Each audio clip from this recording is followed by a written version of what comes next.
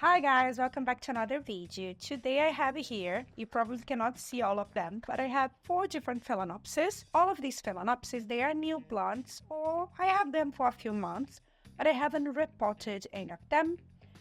And what I'm gonna do here today, I will repot these 4 Phalaenopsis with you, and I will compare them. Why? Because I have Phalaenopsis that are in bloom, and I don't want to cut the flower spikes.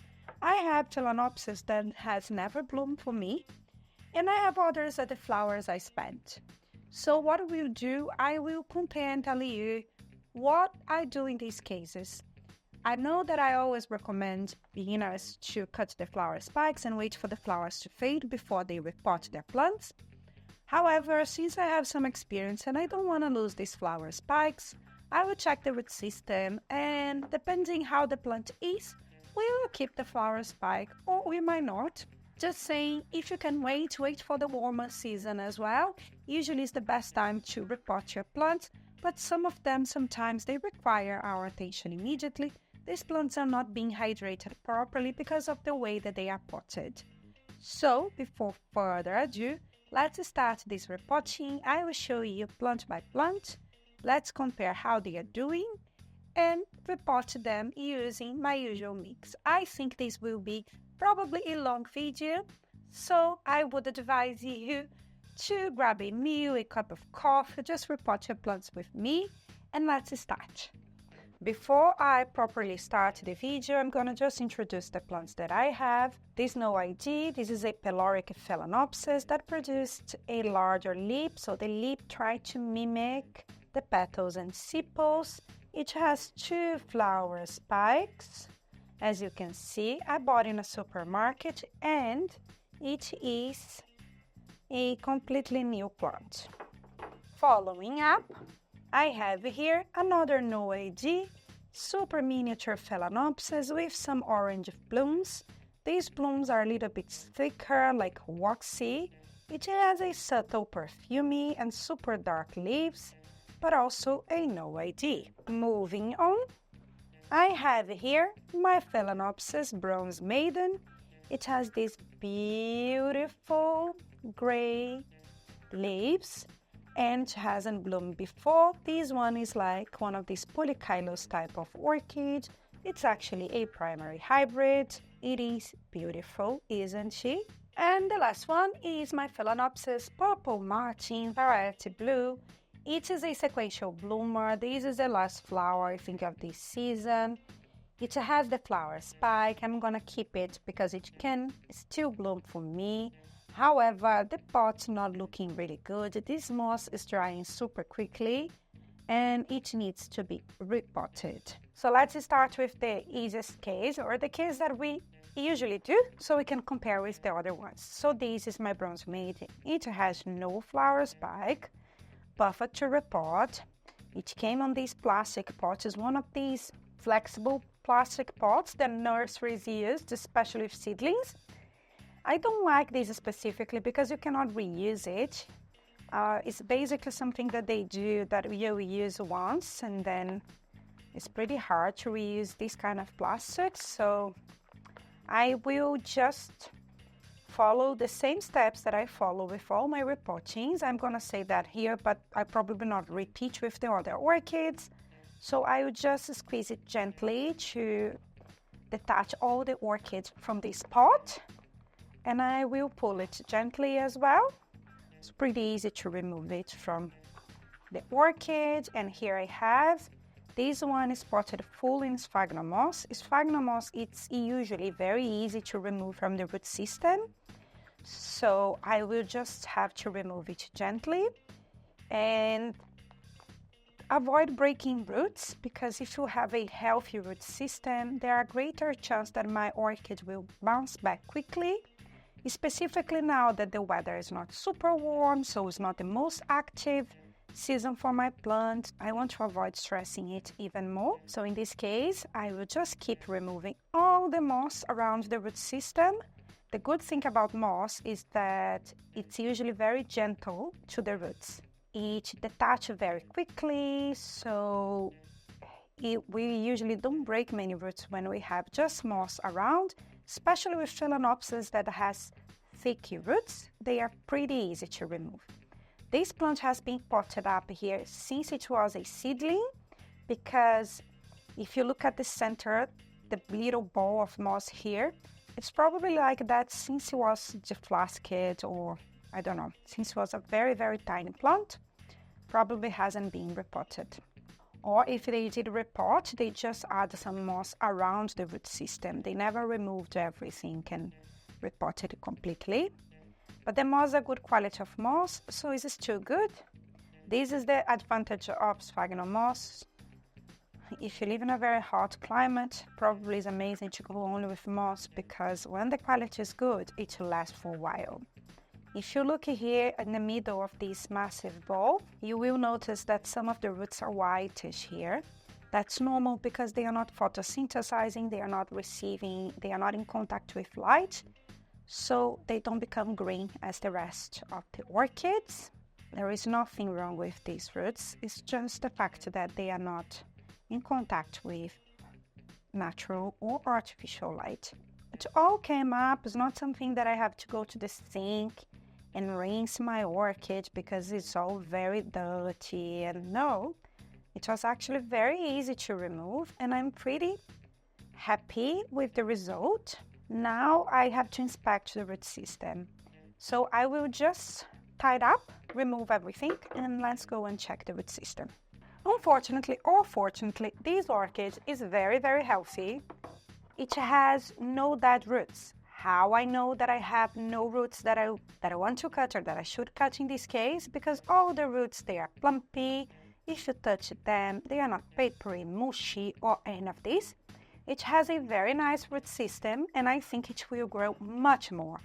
For this reason, I'm not gonna go with a small pot either. I do have the Phalaenopsis schilleriana, that's one of the parents of this plant, and it's a massive root producer. So I don't know if that's the case. So for this reason, I will use a larger pot. Hopefully it will do fine. I don't need my pair of pruners. There is nothing here for me to cut. So what I will do, I'll just place a layer of sphagnum moss at the bottom. It's just a step that I do with all of my orchids. It's gonna be nice and balanced, but mostly bark because my environment is more like cold and humid. So we go with a lot of bark and then some moss at the bottom here. Again, that will help with the humidity. I think my plant already fits inside. And do something like that, so, which is perfect. So now I'll keep layering with bark and moss. And fingers crossed, it will grow well in this pot. This is one of these plants that I want to have for a long time. This is like my wish list. I used to have it as a baby before, but I lost it. It was a tiny seedling, so now I'm happy that I finally have it, and it's a very happy and healthy plant. I was really glad when I received my plants from the dark orchid. They were very healthy, I think, all of them. Very pleased. Let me put some slow release fertilizer. Phalaenopsis, they are high feeder, heavy feeders, so I add a little bit more beads than I add to some of my orchids. I'll keep layering and making sure that all of the root system is in contact with the mix. That's important here. It's okay to have aerial roots. Phalaenopsis, they are, not all of them, but most of them, they are epiphytes, so they do push out roots in the air. But I want most of my roots to contact the mix and keep growing inside the mix. And hopefully I don't have to worry much about this orchid for at least 2 years, who knows, right? I hope to update you with blooms. I hope the next time that I show you this beauty here is to say, oh, look what happened. It's finally blooming for me. That would be amazing. I haven't bought many plants lately, and that's for various reasons. One is financially, need to have some spare money to spend on it. Other thing is time. I don't have time to look after my orchids lately. It was very difficult, so until I have repotted all of the plants that I need to repot, at least the majority of them, and I'm confident my plants are doing well and in their pots, I will avoid doing a big shop spree. But I want to do one last haul this year, but I need to get to my plants first. Okay, enough blab. This is the first Phalaenopsis that is repotted, so I will show you the beginning of the next repotting and we go to the difference. Okay, don't need to show you everything step by step. Let me place these in this beautiful pot. There we go. Lovely. And I'm gonna use the dark orchid tag. I have here a plant that's blooming for a while. As you can see here, these are all spent flowers. Each came with these blooms from the supermarket. What else I have here in this plant? I think I have some pests in my collection. That's why I have some spottings here. Each has some keikis coming from the bottom of my plant, but I don't think it's because the plant is unhealthy. I think it's just probably a Phalaenopsis that produces baby plants or more keikis. That's my suspicion, but let's remove it from the pot. First of all, because it has a flower spike, I have to be very gentle with the root system, and I need to make sure that I have roots inside the spot and that this plant is pushing out roots and has healthy root tips. Otherwise, if it's not healthy, it's ideal that we remove the flower spike because it's using energy and this plant will get a little bit stressed with the repotting. So I will do the same thing that I did with the other plant, and let's check the root system. First thing here is to remove all of this mix, and again spot it up in moss like the other plant. The supermarket Phalaenopsis, usually they are very young when we buy them, different from the plants that we have inside our house that we are growing for a while. When we buy them in bloom at the supermarket, usually it's the first time that these plants are blooming, so they probably will grow much more than they have grown until here so far. Okay, so I have something very different here. This came from the bottom, but it wasn't attached to the mother plant, or it was somehow a long time ago here, so it's simply detached. And I have these two keikis, very, very tiny young keikis, but with long roots. Hopefully they will survive on their own. What I'm gonna do is I will pot them separately. I'm not gonna pot them with this big plant, okay? Okie dokie. So I will just clean the table and show you the root system. So what's the difference here? As you can see, I also have a ton of roots, so it's not a super unhealthy plant or none like that. My roots are plumpy and green as well, but I do have some mushy roots, like this one is mushy and papery, so I need to cut that out. This root tip here is nothing, it's not gonna do nothing for my plant. I have another root tip here that's also coming out. And if I turn my plant, I have a root here that's also not doing very well. There are some roots really near the center that are not doing super well, I guess because the mix was old, and on these big supermarkets as well, they are not watered properly. So for a different set of reasons, some of the roots were not perfect. However, it is still a very healthy orchid. As you can see, I have a ton of roots, and I have this baby here that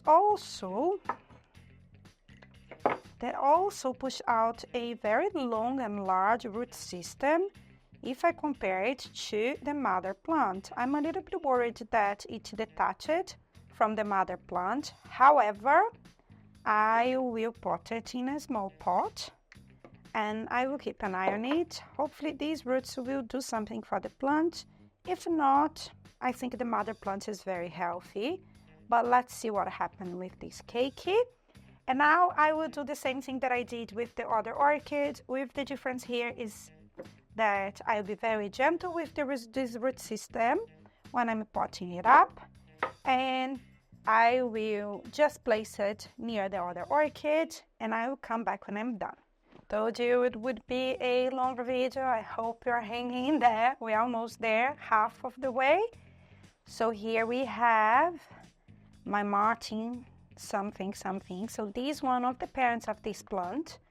It's a semi-terrestrial orchid, so it's a little bit different from the others, but I guess it's potted in moss. It's the same flexible plastic pot, so I'll do the same thing to begin with. And just be gentle. I want to preserve these, but it's already bloomed for me, so it's not a big thing. I'm not considering it. It's actually the right time to repot it because the flowers are just fading. So this one is like ideal when we talk about repottings. Let's remove all of this and I'll show you how the root system is doing. The difference that I can see here straight away is the fact that it has thinner roots than the other orchids, which probably has something to do with its parents. The roots are in the greater amount, but they are thinner, which is interesting because usually Phalaenopsis, they do have super thick roots. And it's extremely dry, but that's on me. I didn't water my plants this week. It happens sometimes, from time to time. If life gets on the way, they do survive, but it's not ideal. Just to tell you that although we have plants and we do our best, it's okay. This orchid is doing amazingly well, very similarly to the other ones. This one, I don't have dead roots or things that I need to cut and remove from here, which is perfect, amazing. The only difference that I have is that these roots are much thinner than the other roots from the other Phalaenopsis that I showed you. And why is that? I think these orchids can store less water in their roots than the other Phalaenopsis, so each would need to be watered a little bit more often, more frequently, and that's probably to do with the heritage of its parents.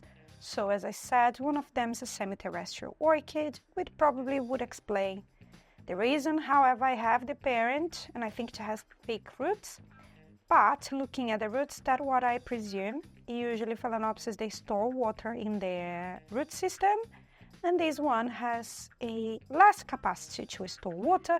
For this reason, I can add a little bit more moss to my potting mix, and that's going to be a smaller pot as well, so I will be safe doing so. But I will do the same thing. I will just layer a little bit more moss. Let me show you. I should have chosen an orchid that was suffering a lot. Unfortunately, or fortunately for me, my orchids are all doing super well. So it's not going to be so fun to show you cutting all of the dead roots and stuff like that. But I'm sure I have other videos where I was doing that with my Phalaenopsis. It's not going to be the case today, so these flower spikes are staying here. I don't need to remove them or anything because the orchids are all very healthy. And that's it. I'll keep layering it and adding a little bit more sphagnum moss, not a lot, just a tiny bit more. And I will come with my next plant when I'm done here.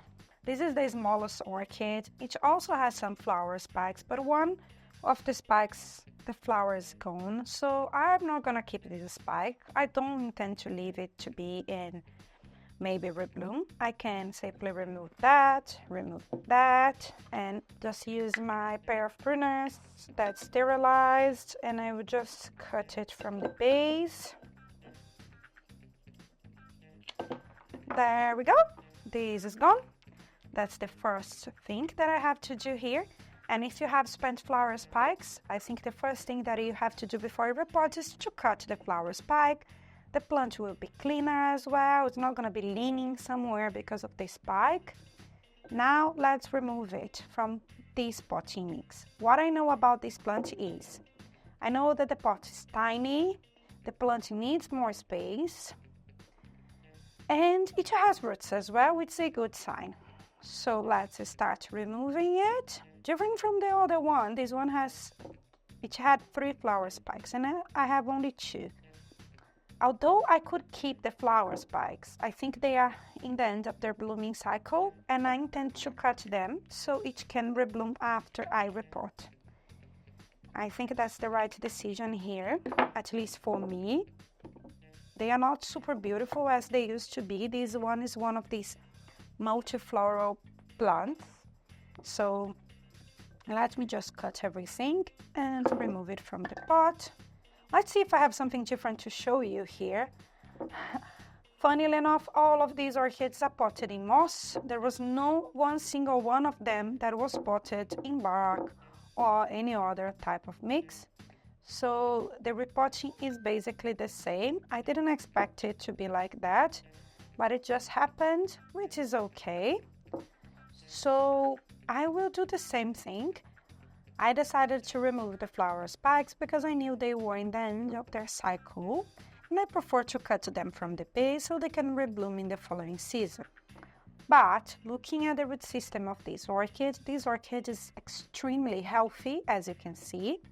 So if you decided to leave the spikes on, it would be okay if you are very gentle while you're repotting, and if you have some experience and you use the right mix for your plants, everything should be fine, especially here. Oopsie, I'm gonna just cut it here, especially in this case because I can see that I have super healthy roots and I only have some root chips that are gone, like in my previous orchid. I could let the spikes to be as well. I decided to remove them. I think it will help my plant, and it's not the most beautiful flower show, so I prefer to take this out. Okay, the root system is amazing. Very well grown root system. This plant is a very young one. It will grow a lot. Can you see here? So I will use a little bit larger pot than it was potted in. It was a very tiny pot for the orchid. And I will keep the same ratio of moss and bark, and I will come back with all of my plants completely potted. I'll show you all of them, and let's conclude the video and compare what's the difference and similarities here. It feels like I'm filming it for a long time, maybe because I am. So ta-da! All of them are here, are potted. It wasn't as quickly as this video, but they are here. So let's talk about some similarities. First of all of them had an amazing root system. I didn't expect that to be. So when that's the case, it's perfectly fine to keep the flower spike. If you notice that your orchid is still super healthy, the leaves are plumpy, growing well, you can keep the flower spike and let it be. You have to keep always an eye to see if all the roots are still being hydrated. So if that's the case, don't need to cut it, you can keep it. Another similarity is the way that I potted them up. All of them are potted in the same mix because that's the way that my plants cope well. It's the way that I learned and that worked very well for me. So you have to discover which mix and which ratio of mix work in your environment. In my case, I use bark and sphagnum moss, using a little bit more bark than moss with my Phalaenopsis, with one exception, but I will come to it in a second. Another thing, it's very important for you to keep your Phalaenopsis stem out of the potting mix, because otherwise you can have some sort of infection here at the base, some sort of stem rot that will kill your Phalaenopsis. That's why all of them, I tend to keep the stem out of the potting mix. Very, very important. I didn't mention that, but just to let you know, I did that with all of my Phalaenopsis. All of them are potted up in a slightly larger pot, with one exception, that's the tiny keiki that we discovered together. And I did keep 2 flower spikes, and I removed this one, and this one didn't have any flower spike, but all of them had amazing roots, so I didn't have to cut the root system. And also I have these plants for a few months already, so I didn't have to spray hydrogen peroxide in the root system because I know that they don't have no pests or no mold around the roots. So this is all the similarities that we have here. Let's talk about some differences. First of all, this beauty here had thinner roots. For this reason, I decided to add a little bit more moss there. So I think it will help it to hydrate my plant very well. This one, I discovered a tiny plant, a cakey, that detached from the plant without me doing anything. So I had to pot it separately. And the other one behind there, I decided to remove both flower spikes because I thought they were almost done blooming. I had only 2 or 3 flowers. For this reason, I prefer to keep it like that and wait for it to bloom in the next season. With all of these plants now, what I'm gonna do is I will water all of them and place them in my shelving under growing light and let them be. Hopefully, they will be producing new roots, new leaves, and will be super healthy. And I don't have to do anything else. However, with all of these newly potted plants, I always have to keep an eye on them and make sure they are doing super well and they are healthy. Anyway, I'm repeating myself. I think this video is long enough. I hope you enjoy this type of content where I compare plants or repot them together. If that's something that you enjoyed, hit the like button, leave a comment down below, subscribe to my channel.